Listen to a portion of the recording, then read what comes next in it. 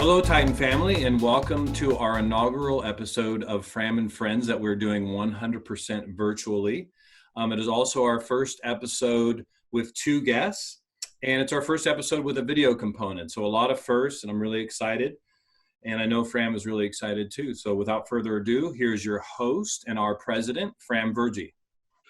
Hello, everybody out there that is listening to this. I'm glad that we can connect even during these times when we can't see each other personally.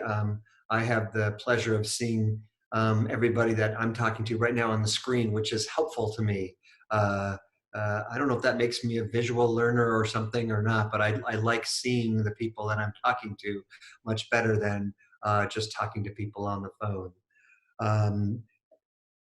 Matt asked me how we might proceed with respect to this podcast, with respect to Fram and Friends during the COVID-19 pandemic, whether we should go forward, and if so, what should we talk about? And I felt quite strongly that we should continue to have these podcasts and connect with people and hopefully share information, because I think that's a way of building community. And staying connected, which is essential during these time periods. So I asked Matt to give me some names of some people to bring on the show, and he brought me all kinds of names of people, but none of them struck me. None of them felt right, to be honest with you. Some of them were Titan alums that are experts in their fields and talking about the health pandemic and what's going on out there, and others were not Titans, but had lots of good things that I'm sure they would say.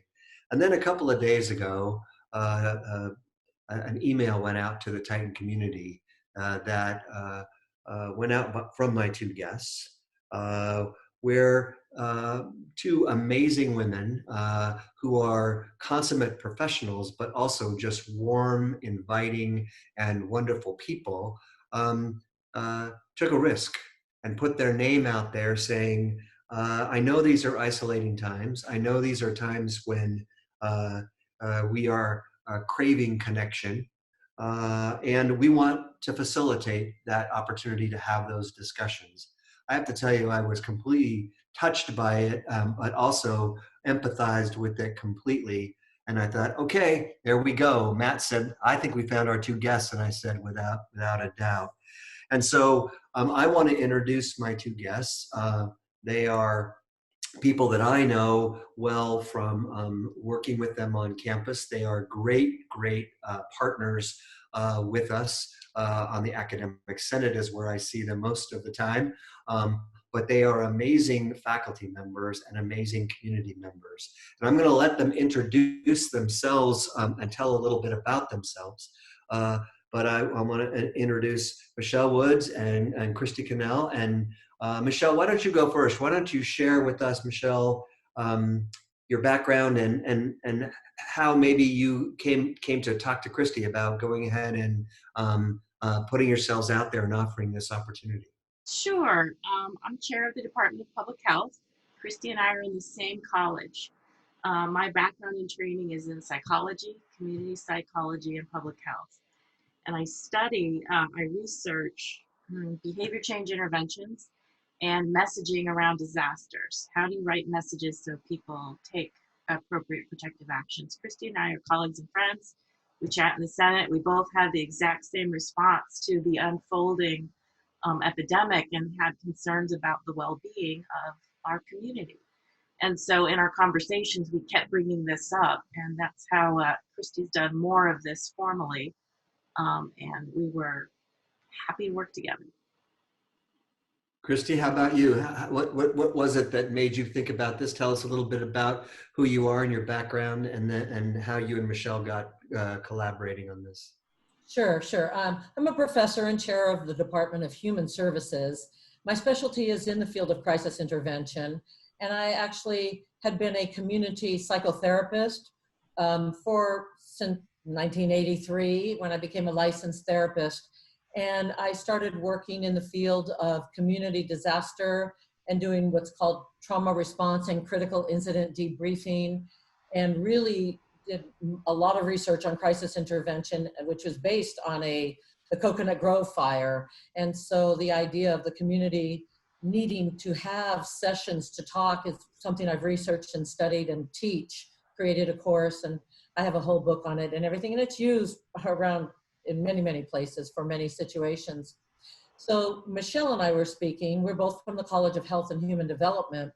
And she was saying she's concerned about our faculty. Faculty are subject to decline in performance and achievement during this time of crisis. And I thought, people don't even know they're in crisis most of the time. And so I've studied and written about how you can tell if you might need to talk to somebody. It doesn't mean that it's therapy. It's not necessarily because you have a mental illness or a mental disorder. It's just, these are natural reactions to crisis situations. And we thought of, she could provide information from the public health standpoint. And I have some ideas of how to talk to people, as I've talked to people after the Persian Gulf War, after the terrorist attack in Las Vegas, the tsunami, Katrina, after 9/11, earthquakes, various places I would go in and do these kinds of talks with people. It's a one-time shot and it's very helpful. So we thought we would just offer this, because I was on the mental health task force for students, and I realized they have all this resources available for them like this, but the faculty and staff might not have this kind of resource.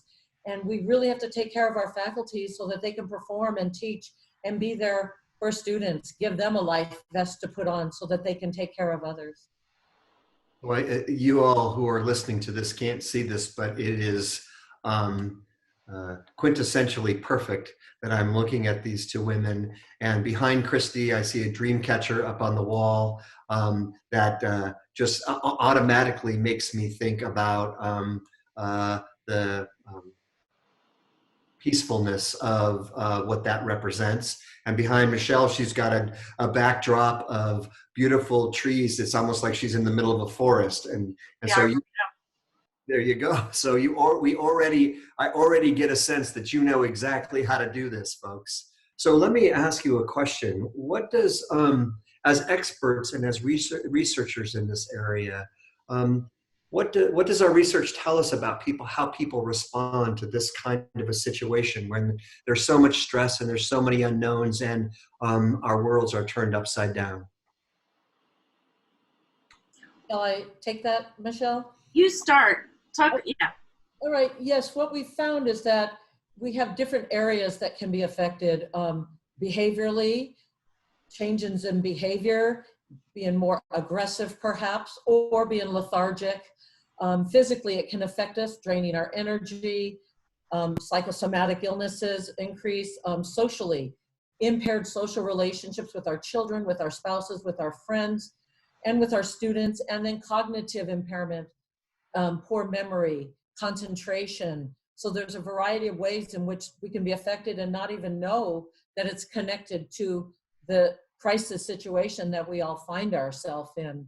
And I like to tell people that if you're having any of those problems, it could probably help you to talk to somebody just about that. It doesn't have to be full-fledged therapy, but just in a support group setting.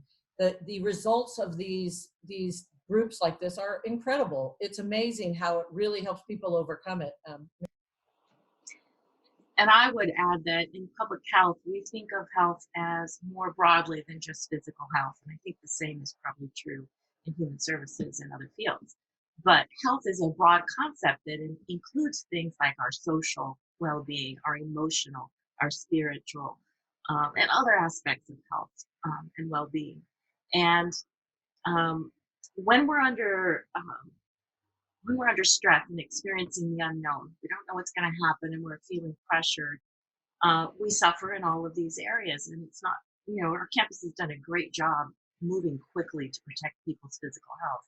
And Kristi and I were chatting about the other aspects of health and what we can do. We know the research tells us that social support helps make us more resilient and helps us manage stress more successfully. So this is something we can do that allows people to talk to each other. We know that modeling healthy behaviors and ways to cope successfully with stresses can be very helpful to people. there's a lot more to wellness. I know our campus, we just had some workshops on self-care. Portia Jackson Preston from our department did a couple through the FDC yesterday and today. But you know, it's a broad concept, and we have a lot of expertise on campus thinking about how we protect our health, how we build resilience, how we can help each other, how we build community.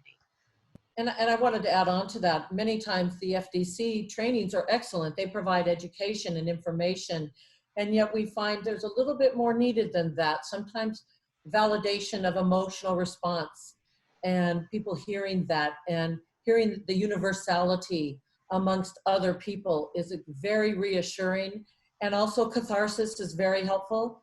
Just getting it out, having the bank tellers explain what it was like to be robbed and the fears of an earthquake, and hearing that and allowing your people to express that and be empathized with. The number one technique is listening to people and empathizing with them. This is what the research on all of the trauma response models talk about. Those are very important. Also encouraging people to maybe reduce their workload somewhat and having optimism and building up a sense of hope.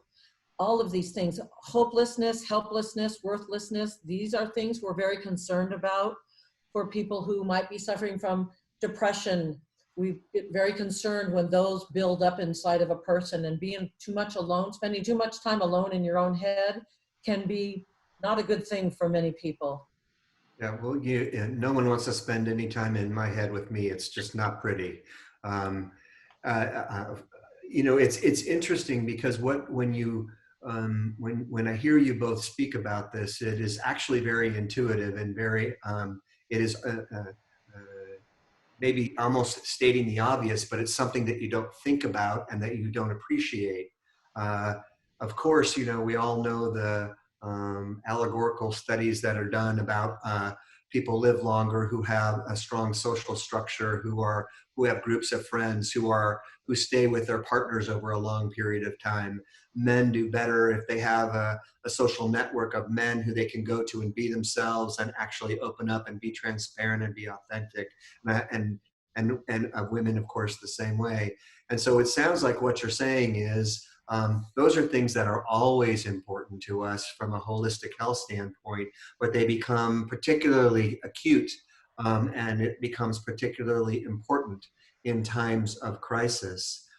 I'm interested, of course, both of you have spent decades academically learning about this and paying attention to it. I mean, your credentials are impeccable, and I know you've got the experience for this. But if our listeners were listening and they said, you know, right now in this time and place, I certainly can't either logistically or financially afford to go to therapy or find a way to do that. Or I know people that I want to help, but I'm no professional at this. Can you give some tips to our listeners on things they might do to help ease others and that they may also do themselves to for some self-care? You want to start, Michele? Sure. I think staying socially connected, reaching out to others will help others and will help ourselves. Plenty of research tells us that being helpful to others and supportive of others is actually very beneficial to ourselves. So social connection, using tools and finding new creative ways to be socially connected. I think watching nutrition, staying hydrated, always, and getting rest. You know that those are always good things to do, but help us feel more energized. Meditation, breathing exercises, paying attention to finding that time for peace and calm. I know in the transition for faculty, a lot of us have been really anxious about getting all the technology set up and making the changes, and we want to do that. We want to do it as best we can, but balancing that with some personal time. I've heard of, was it Kristi who does Zumba, Z-O-O-M, Zumba, and I've heard of Zumba yoga and Zumba stretching, and so paying attention to our physical health. I always find journaling as a good way to put my stress on paper, my anxieties, and that helps me then cope with it and look at it, sharing about the biggest concerns that we have with people we feel close to can feel really good. And I think those are probably the things that come to my mind first. Kristi probably has a lot more to say. Kristi mentioned listening. I heard that one as a big one, and I hear that. Kristi, what other things should our listeners think about? Well, and a lot of this list is not something I made up. This is based on the years of research, and what all of these people have found is that being able to express your feelings is a way to master your feelings. So don't hold them in. Express them to somebody, even if you have to write them down or yell out loud in your home by yourself.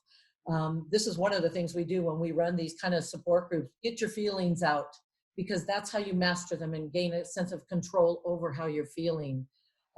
Pacing yourself. Take it easy. You don't have to get everything done all at once. Maybe let go of some things that don't absolutely have to get done. So pace your efforts. Take care of one thing at a time. Don't try to do everything all at once. These are things that we really want to watch out for. You're right. Invoking help from other people when you need it is super, super important. Gaining information and accessing reality.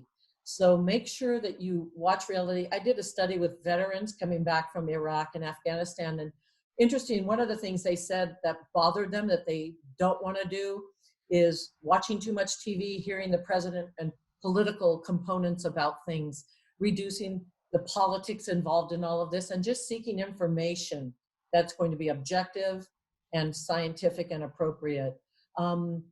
Gaining hope and optimism, those things, being flexible. Flexibility is really important, and learning how to tolerate frustration and anxiety. That's why meditation is really important. I like to start every meeting, every class I start with a meditation exercise, just like 2 or 3 minutes. And that really helps. That's how I go to bed at night. I just do deep breathing to help me get through all of this. But, and remember, in order to help other people, you need to put your life vest on first. I always tell the metaphor, if there's a mother and a baby and they fell overboard and there's only one life vest for the ocean, who puts it on? The mother, of course. What good is a baby out there in the ocean all by themselves with a life vest if the mother's not there? So we need to take care of ourselves first before we can take care of other people. That's really, really important. So one of the things I share too much sometimes, but one of the things that I will share that I've been experiencing is, and I have a suspicion that many of our faculty members and some of our students as well have been experiencing, is if you are someone who is leaned on in your household or in your community or in your family, and for me, it's my own personal family, but the CSU family as well. You feel a strong pressure to be positive and to take it and be able to take care of others, and it's hard to let yourself let down a little bit here and there. I am imagining that there are many people out there in the community who are having those moments. I've had a couple of them myself after I've listened to the news and the projections for the pandemic and what's happening and how many lives we're going to lose, etc. And I worry, I have to say, I worry less about myself and I worry about others I care for. And I wonder where they're going to be and what I can do. And I feel a sense of frustration and maybe even a little bit of hopelessness that I can't control that. I'm a control freak and I want to be able to make it better. So what do you say to people that are feeling things like that, Kristi? Well, the first thing I try to do whenever I see you is ask you, how are you doing? And what are you doing for self-care? And it's hard to be in leadership positions because there's a sense that you should know how to do everything and nobody should have to take care of you. And yet you need to be taken care of as well. You're a human being too, as are these doctors and all these nurses and everybody in these positions. They all need care. They need to be helped too. Everybody does. And we have to learn to reach out to others and realize that's a sign of strength. You're role modeling for other people. Every time you reach out and share a feeling, you're role modeling to other people. how to reach out and share feelings. And that's something we all need to do together. And I know it's hard because it's hard to let down that image that I've got it all together and I'm the strong one. But to be vulnerable at times and to share with people, you know, right now, this is not working for me. I'm feeling pain. I'm feeling anxious. I need somebody to share something with me and let me express myself. And sharing that with people, you would be surprised how then that people will respond to you. People will be happy to give back to you, because giving to people, you're also receiving. Every time I help other people, I help myself. Every time people share with me their feelings and I say something, I'm saying it to myself as well. I see you smiling and nodding your head. Fram, does that resonate? Absolutely. So Michele, I know you guys are starting these groups. We're purposely not calling it therapy or anything like that. It's just a chance for folks to get together and talk and share. Tell us how these groups will work, maybe the logistics of it. If someone is thinking about stepping outside of their comfort zone and joining this group, what might they expect? How long will it last? How will they participate? Give us a little bit of a roadmap. Sure. Folks will email Kristi and/or myself to let us know they're interested. We have already set up our first group. We will, as we hear about people who want to participate, we'll create more groups. They will happen on Zoom, and they will last, we are thinking, between 1 and 2 hours, somewhere in there. Depends on the needs of the group. We don't want them too large. We don't want them to be too small. So at least 5 folks together. And we will chat and share, and Kristi will facilitate and I will support, and we will all share with each other. And the idea is, you know, if we have confidants that we can share express our authentic emotions, that part of ourselves that we're hesitant to share with the entire world, the fears, the uncertainties, the doubts. If we don't have that, or if we're not comfortable with that at this time and our needs aren't being met, this is an opportunity with our colleagues to just talk about what are the stresses and how are we coping, and learn from each other and support each other. And I just want the listeners to know that I will put both your emails in the show notes so that you can be faculty can contact you for that. So, Kristi, do you envision this being a one-time meeting where this group gets together, or will the same group repeatedly get together? Will you be in different groups at different times? How will this work? What I have found through my experience is usually it's a one-time meeting from between an hour and a half to 2. That's typical.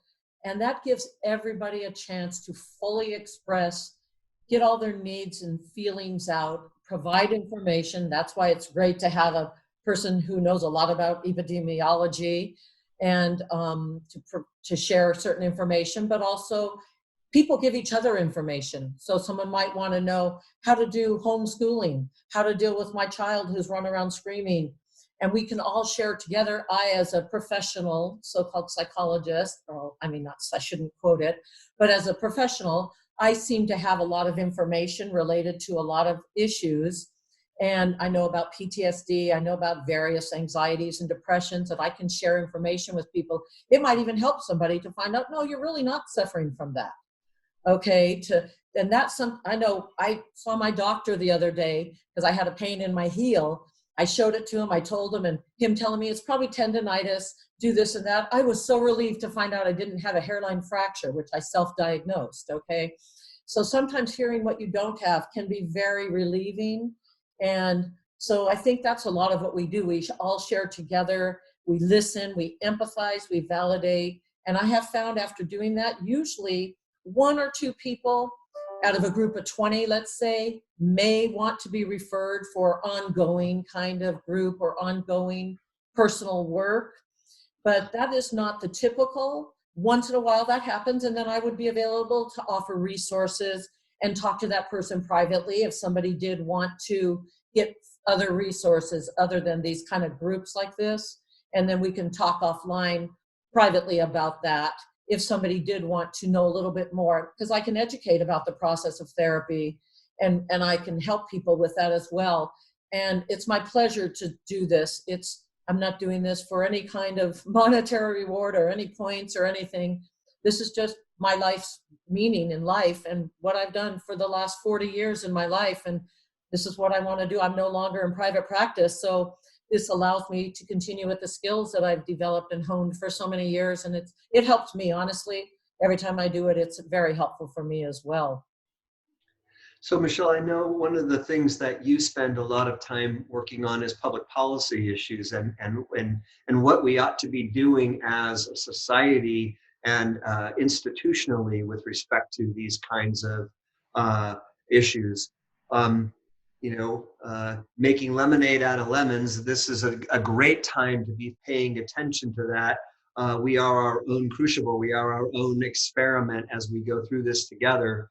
What policies considerations or policy decisions should we be making as an institution, as Cal State Fullerton, as CSU? What should we be hoping that California will do in conjunction with this to help with this stress issue and making sure that we stay mentally healthy? Well, first I will say public health likes to look at health and wellness and what we do to prevent illness and not being well. We look at in terms of primary, secondary, and tertiary prevention. So we like to prevent problems before they happen. And we have interventions designed to do that. We like to identify problems rapidly, early identification of problems so that we can mitigate and reduce the negative effects. And we like to conduct interventions and put in policy into place that will, once the problem exists, help limit the damage to quality of life, so that will help improve quality of life, extend well-being. So I'm always thinking in terms of policies that cover all three bases. And I know this is a model that is used in other disciplines. Kristi's shaking her head because it's very familiar to her. But do we have policies in place to prevent isolation and distress during times of pandemic or other disasters, earthquakes, fires, whatever it may be? What do we have in place to prevent distress among our various communities, our various sub-pockets of our larger Titan family, right? Our students, our faculty, our staff, administration, everybody together. And what are those? And are they robust? And is there redundancy in those different kinds of interventions, I'll call them? Redundancy in the time of disaster is a very good thing. We want as much overlap and redundancies and cross-references as possible so that we have a good response. So primary prevention before things happened. What do we have in place for early detection, for identifying folks who are struggling?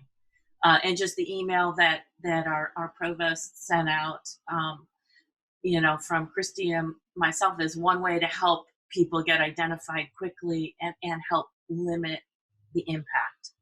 So that's an example. And then folks who are dealing with stress, what can we, who have serious problems or complications that arise because of whatever it is that's going on. What do we have in place to help them and to help improve the quality of life as they deal with the aftermath? That's one framework I use in thinking about policy. I'm not a policy researcher. There are others in my department who could probably give you a nice long discussion about this. But public health has, many different facets. Policy is one, epidemiology is another. Designing and evaluating interventions to help people change behaviors so that they can adopt healthier behaviors and avoid health harming behaviors is another. So health promotion is what that would be called. We have biostatisticians who focus on data. We have environmental health specialists who look at environmental hazards. All of that comes together. We have a strong focus on equity. So I know I have faculty members in my department who are really concerned about the equity component in this pandemic and how it affects people differentially, how the way we adapt. I know our campus has done a lot to pay attention to equity issues with our students and making sure all of our students have access to internet and to the technology they need to be successful. And yesterday in the Senate, we passed a bunch of resolutions designed to help increase equity or deal with some of the potential challenges some of us may face. So I guess that's a long way to say, I'm not going to answer your question directly because that's not my area of expertise. I think you answered it very well. Yeah, I can give you some other information.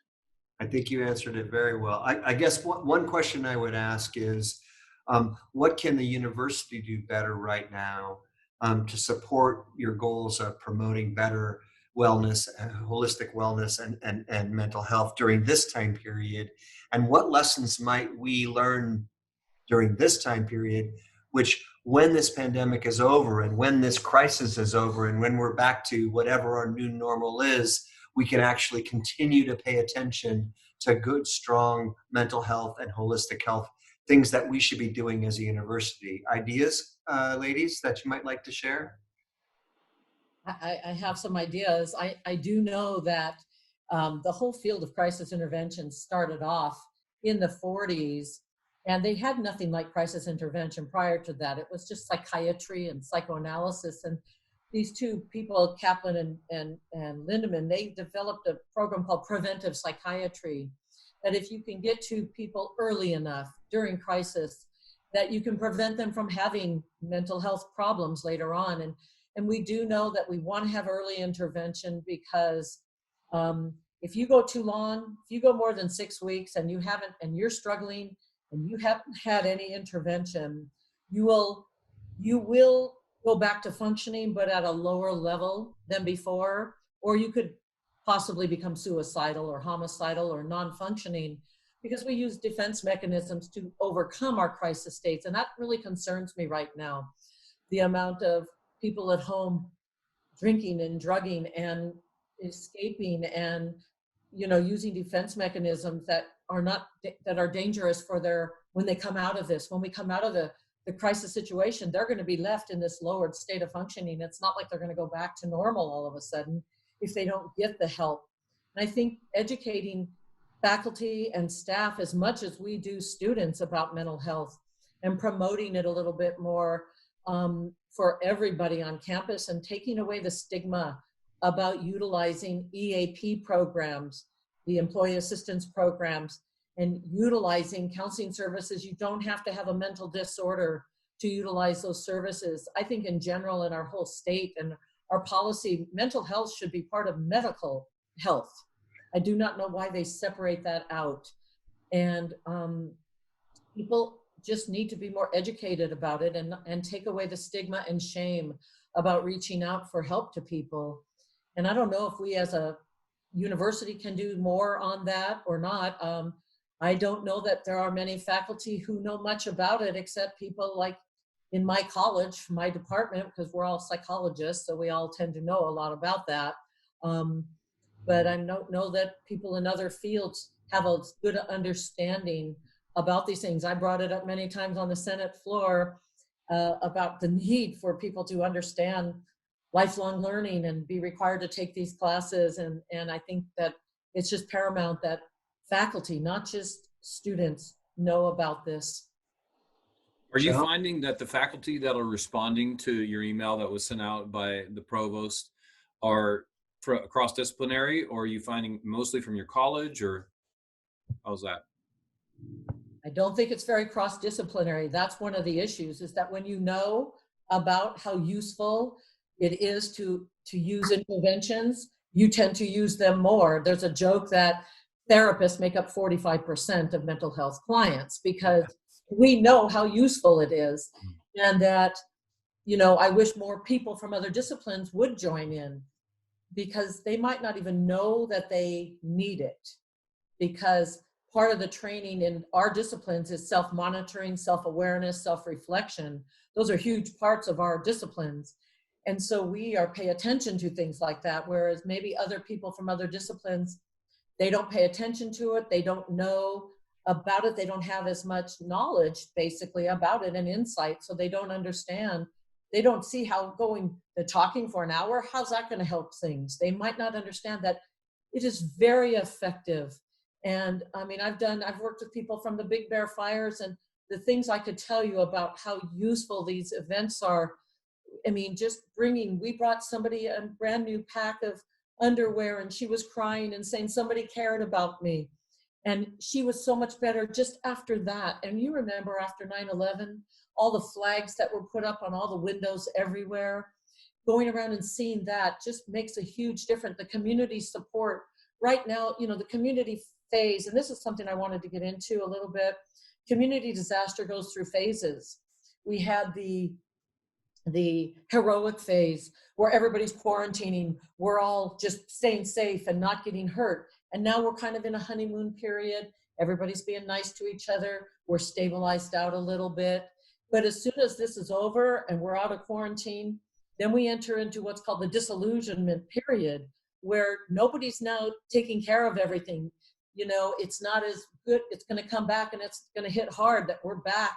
How do we now readjust to this? And then we go into that final reconstruction phase of adjusting to coming back to things. And that is something that I think the university and the state needs to consider. How do people get back to readjustment after this period is over, after the end of summer, or if we go back in fall? How do we set up adjustment and realize people are going to be like walking around in this limbo? We used to see that in the battered women's shelter. How do they adjust to now to be safe? And it took them a while to be able to handle that. I also think that I have a couple of ideas I'll add. I think that I've already said social connection is so important. And when I think about our students and their social media experiences and their virtual social experiences, they have those. But I think it's important for all of us to maintain social experiences with our campus community. And I think it would be helpful to think through some creative ways to create social events that we can share even during times where we're isolated physically, and that's kind of a new thing, how to do that. I know this is one effort actually that we're doing right now, and I know we're talking about some other things that are underway, but I'd love to see our campus think intentionally about how can we build some social events for our students and our faculty and the rest of us to spend time with each other, not focused on the work piece, but on the social piece. I think that we have great resources on our campus for dealing with and responding to mental health challenges and our well-being. But I think that they can be and should be reviewed for how successful, but how they can be optimized for living in the virtual reality. If we're going to be safer at home, how do they translate? Is there anything we can do to make them a little more optimal for this setting? So great resources. Let's just look at them again. And I think part of that is for our faculty. Kristi made this point that there are some disciplines on our campus: psychology, social work, human services, public health to some degree, various disciplines. I know I missed some. Counseling comes to mind. Have the skills on the faculty to identify students who may be struggling, but other disciplines don't. And they have other areas of wonderful expertise. So it would be helpful to come up with some resources for faculty, all of us, to be able to say, okay, if you're meeting with students virtually, here's how you might identify students, here's what to look for, and here's where to go, and here's how to handle that in a virtual environment. Because it'll be a little different. And I know we've done an awful lot for this during normal times. So how can we optimize it? So some of the things you guys are saying resonate with me so strongly, because just this morning we had a virtual meeting on Zoom with a group that is a group of first generation students who have been meeting regularly on campus, and were reluctant to meet otherwise. And here we had, I don't know, 35, 40 first gen students, and I got to come in and speak with them and share my first generation story. And I hope it was helpful for them. I know it was extremely rewarding for me to see faces, to be part of a community, to listen to them and hear what they had to say, and play off of that, and know that together we were finding a sense of tribal unity, a sense of continuity and community. So those social events, finding ways to do that, you're right, we need to work on that.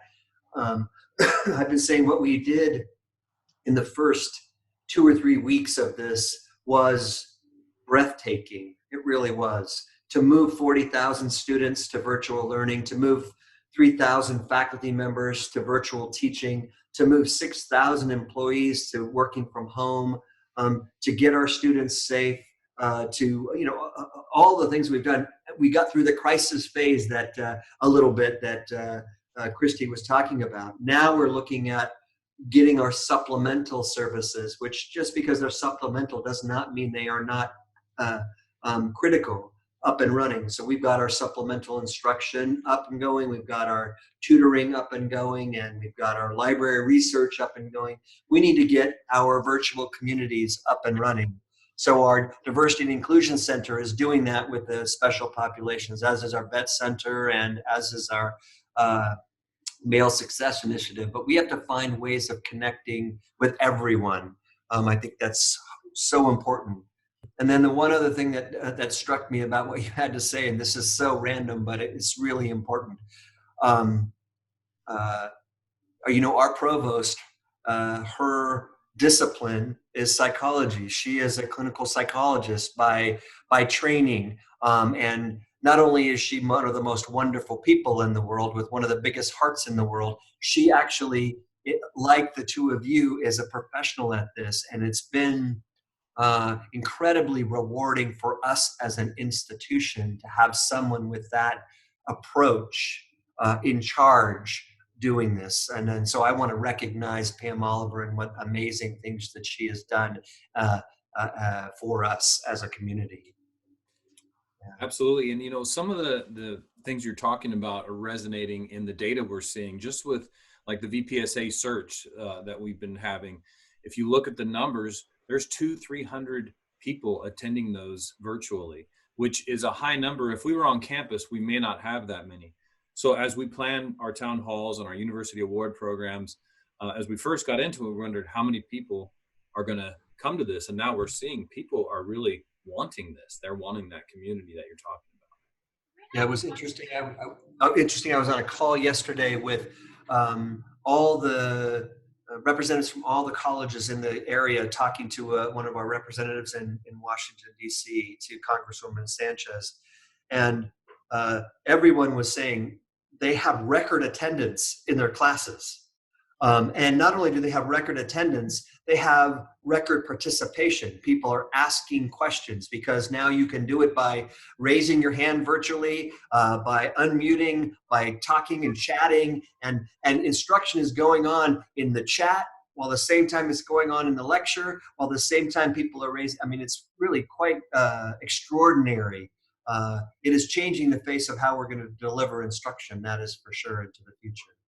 Yeah. I just had a faculty meeting today. Everybody showed up on time. They didn't want to leave. And I said, I got to go, after 2 hours.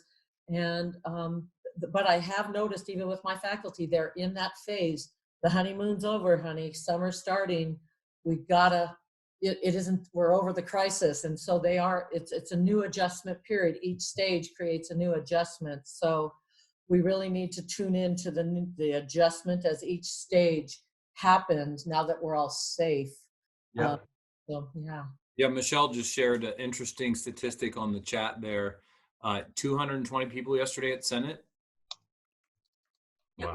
I was watching the number. It was at 218. I didn't watch it the entire time because I was engaged in discussion, but yeah, it was huge. That's a lot of participation. Absolutely. If I could follow up on something, Fram, you were talking kind of about the future of our technology and how we use technology to create and sustain community. I think there's this fine line, you know. We have some resistance to going online and using all the modern technology because we don't want to turn into a completely online university without any human connection. And so there is some resistance. And yet we have moved mountains and brought all of this virtually, you know, so quickly, so wonderfully. It's breathtaking. I think a challenge before us is how to make use of the technology we have to be as effective as we can be while still preserving and maintaining and protecting and celebrating our physical community and our face-to-face reality. And you're absolutely right, Michelle. Reading the Chronicle of Education, there was an article a couple of weeks ago that referred to the COVID-19 as the black swan of higher education. That it is going to transform us whether we like it or not. We are being transformed as we like it or not. And what we will have to do, and when I say we, I really mean we, especially with our faculty and our academic senate and all the stakeholders, we will have to decide coming out of this who we want to be, because we will no longer be, we cannot go back to where we were. So what we will have to decide is how do we take the best of the ability to provide access virtually like this and having close contact. So for example, we have been constrained dramatically by physical capacity on our campus. We have a campus with 40,000 students that was built for 25,000 max. And we've always said we can't have more students. Well, you know, we don't need to build more buildings, because if we try to tell someone we need to build a new building because we need more classrooms, they're going to say, wait a minute, you just delivered almost a full semester virtually. So what we have to think of inventive ways of saying, maybe there's you come to school, I'm just making this up, but you come in a class that meets 3 times a week, you come once a week physically, or you come twice a week physically, and you intersperse, and the rest of the time you tune in virtually. If you are sick, there's no excuse for missing class because you can come this way. We can have distance learning occur much more often. We can collaborate with the community colleges, with other universities much more often. We can offer broader courses, cross-disciplinary courses. The next new frontier is going to be, how are we going to do our laboratories virtually? We're doing it now, but how are we going to do it effectively? So there's all these new exciting frontiers. Yet the higher education has changed forever, regardless. Now we have to make it our own. We have to make it an individualized experience, because with the greatest respect to other universities, I don't want to be University of Phoenix. I don't want to be Arizona State. I am not interested in that. Cal State Fullerton is special for a reason. And it is special because of the community that we create with each other. And I don't believe we could create the same community virtually. We have to see each other.